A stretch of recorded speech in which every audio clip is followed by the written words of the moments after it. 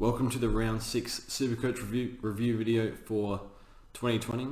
We scored 2001 this week, so just got over the 2000 mark with a bit of scaling, and our rank is 8,179. So yeah, we went up in the ranks, which is great, but we need to go up more. Not sure if I did win the 50 grand, I was going to go on a holiday to Europe or take the Discord to sail Croatia. But I don't think that's happening for two reasons. One, we're not winning 50k, and coronavirus. So maybe next year. So we'll see. But yeah, we have issues everywhere with this team. Every week I say, oh, the team's in pretty good nick. Not really. I'd like to think it's in okay nick, but not. I don't know who I'm fooling, but it's a few more issues are coming up. So defense was pretty good. Doherty is whatever. Everyone has him. Sicily, good for him to bounce back. Ridley, don't really understand how he's scoring so well when he's played barely 10 games. So I suppose he's been in the system, but I had to get him in. So made the call on him that he was a must-have. So that's fine. Well done if you got him for in the 300s. Now Rory Laird, watching him play is very frustrating as a Crow supporter, and I had not a bad feeling, but I was slightly worried about this pick at the start of the year because he definitely declined last year, but this year he's clearly gotten worse. I don't know if he just doesn't care or something, but at the start of the game he started on the bench, and Will Hamill, who is a 3-gamer, started on the field over Laird. So Laird spent the first 7 minutes or so on the bench. That's a very bad sign. But yeah, the hospital hand pass king.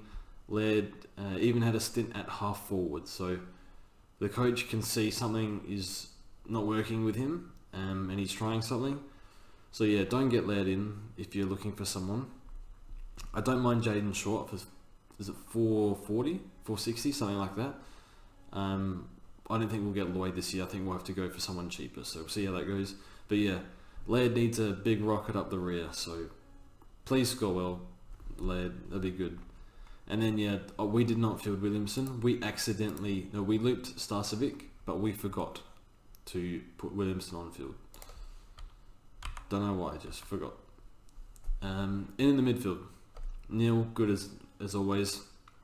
Great to see McRae play really well. Definitely had some slight concerns. Disposal was off, but Hunter's back and McRae's gone nuts again, so yeah, with McRae, if you don't have him, I would be getting him in because he's always capable of going on. Remember last year, second half of last year, when he got his mid-time back, he averaged 130, so don't see why he doesn't average 120 plus for the rest of the year, but I'll see how he goes. Bontempelli was released a bit from Kerno in the second half, which is great. Cripps, we're not starting next year. I don't care, I'm sick of him, but yeah, played a bit sore, I think, but whatever. Yeah, Whitfield in the mids. Haley's getting dropped for Cardwell or Taranto. I'm not certain, but pretty confident that will happen. So I think we're going to have to trade him. That was a failed trade.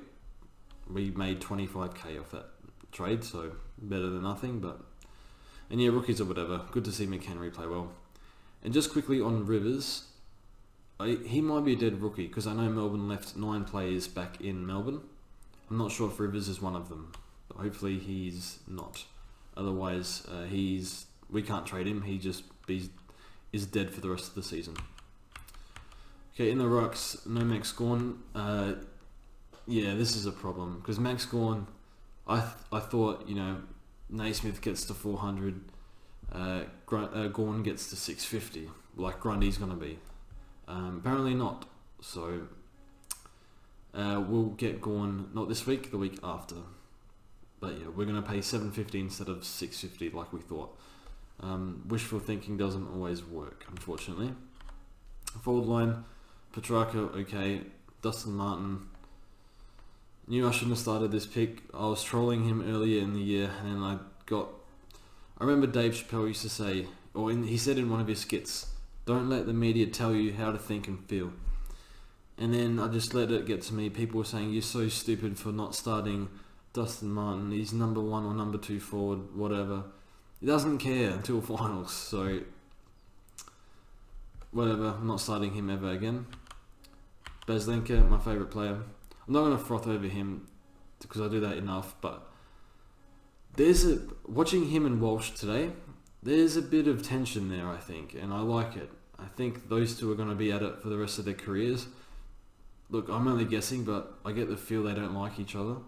Maybe, I have no idea, but it just gets the feel of how they were acting on field.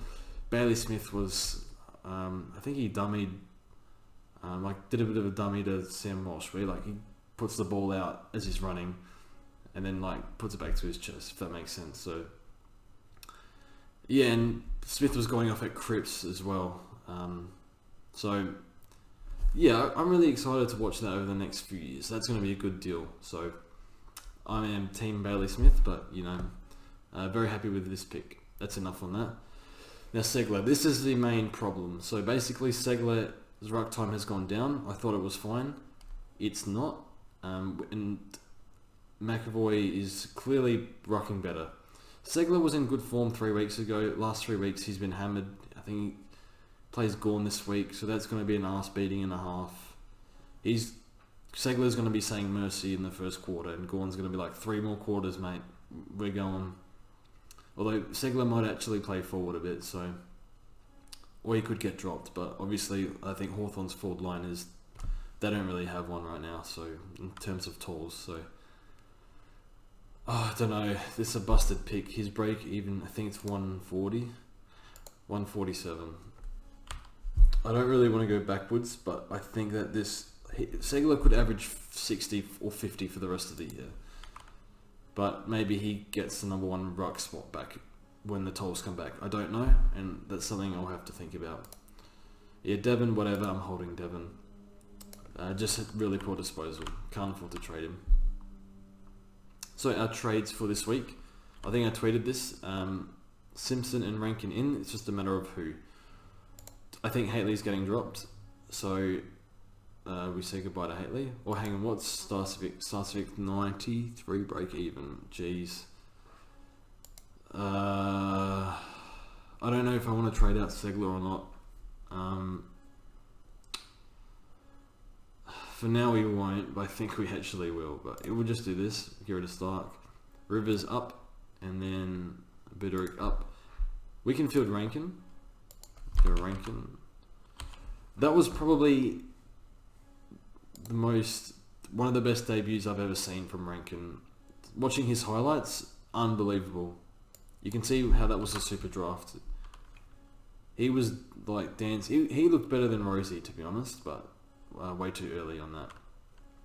And then we're also getting in Simpson. There is McPherson and Day from the Crows and Hawthorn, who I like, who I'd get in any other week.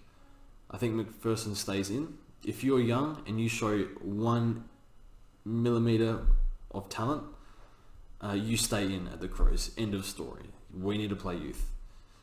And then Day, I'm not sure.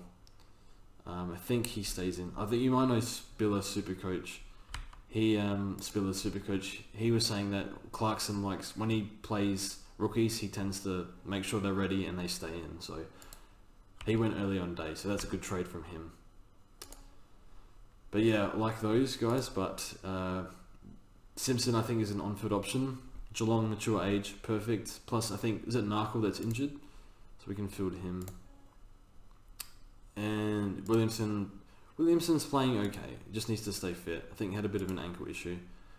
This leaves our defence bench exposed, but I think Brander comes back soon. And